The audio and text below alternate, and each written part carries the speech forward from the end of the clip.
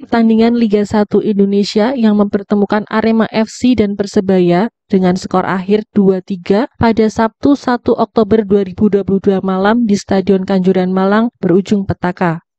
Tanpa mengurangi rasa hormat terhadap para korban dan keluarga yang ditinggalkan, berikut ini kronologi tragedi di Stadion Kanjuruhan yang Sejahtera Media rangkum dari akun Twitter @reskiwahyu_05. Dia adalah salah satu saksi mata yang selamat dalam peristiwa naas tersebut. Pertandingan antara Persebaya vs Arema FC dimulai tepat pukul 20.00 waktu Indonesia Barat. Awalnya, semua berjalan dengan aman dan tertib. Tidak ada kericuhan apapun. Yang ada hanya teriakan para pendukung Arema sebagai bentuk perang psikis kepada pemain Persebaya.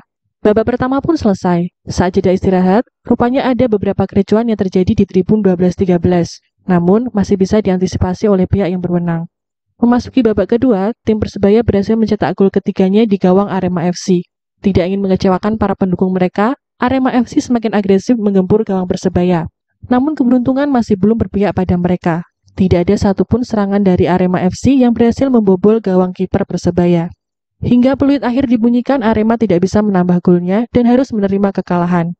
Disinilah awal mula tragedi tersebut. Setelah peluit dibunyikan, para pemain Arema terlihat tertunduk lesu dan kecewa. Pelatih Arema dan manajer tim mendekati tribun timur dan menunjukkan gestur minta maaf ke pendukung. Tiba-tiba ada satu orang supporter yang datang dari arah tribun selatan, nekat masuk dan mendekati Sergio Silva dan Maringga. Dari pengamatan saksi mata, dia terlihat seperti memberikan motivasi dan kritik kepada mereka. Kemudian ada lagi beberapa oknum yang ikut masuk untuk meluapkan kekecewaannya kepada pemain Arema. Terlihat, John Alvarizi mencoba memberikan pengertian kepada para oknum tersebut. Namun, lama-kelamaan semakin banyak dari mereka berdatangan masuk ke lapangan, sehingga kondisi stadion semakin ricuh. Luapan kekecewaan para pendukung ini diikuti oleh aksi lempar-lemparan berbagai macam benda ke arah lapangan. Akhirnya, pemain dikirim masuk ke dalam ruang ganti dengan kawalan pihak berwajib. Setelah pemain masuk, para pendukung ini makin tidak terkendali dan semakin banyak yang masuk ke lapangan. Pihak aparat terlihat melakukan berbagai upaya untuk memukul mundur para pendukung. Ada yang dipukul dengan tongkat panjang, dikeroyok aparat, dihantam tameng, dan masih banyak lagi. Tapi saat aparat memukul mundur supporter di sisi selatan, supporter dari sisi utara menyerang ke arah aparat. Karena semakin banyaknya supporter yang masuk ke lapangan dan kondisi sudah tidak kondusif, aparat menembakkan beberapa kali gas air mata ke arah supporter yang ada di lapangan. Silih berganti, supporter menyerang aparat dari sisi selatan dan utara. Yang akhirnya, selain hujan lemparan benda dari sisi tribun, di dalam lapangan juga terjadi aksi tembak-tembakan gas air mata ke arah supporter. Terhitung puluhan gas air mata ditembakkan ke arah supporter, hingga di setiap sudut lapangan telah dikelilingi gas air mata. Bahkan ada juga yang langsung ditembakkan ke arah tribun penonton. Para supporter yang panik karena gas air mata semakin ricuh di atas tribun. Mereka berlarian mencari pintu keluar, tapi sayang pintu keluar sudah penuh sesak karena para supporter panik terkena gas air mata.